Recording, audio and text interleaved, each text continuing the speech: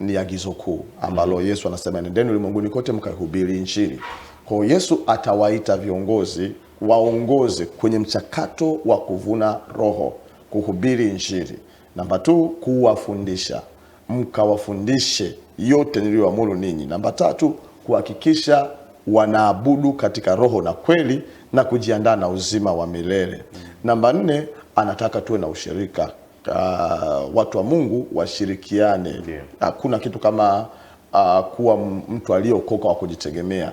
Tumewekwa kama viungo katika mwili wa Kristo. Kwa hiyo mchungaji anatakiwa ajenge ushirika katikati ya watu. Namba 4 ni kuwasaidia namba 5 kuwasaidia walio wahitaji, ambapo anasema kwamba nilipokuwa uchi mkanivika, nilipokuwa mgonjwa mkaja kunitazama, nilipokuwa kifungoni mkanijia, kiu mkanipa maji, uchi mkanivika.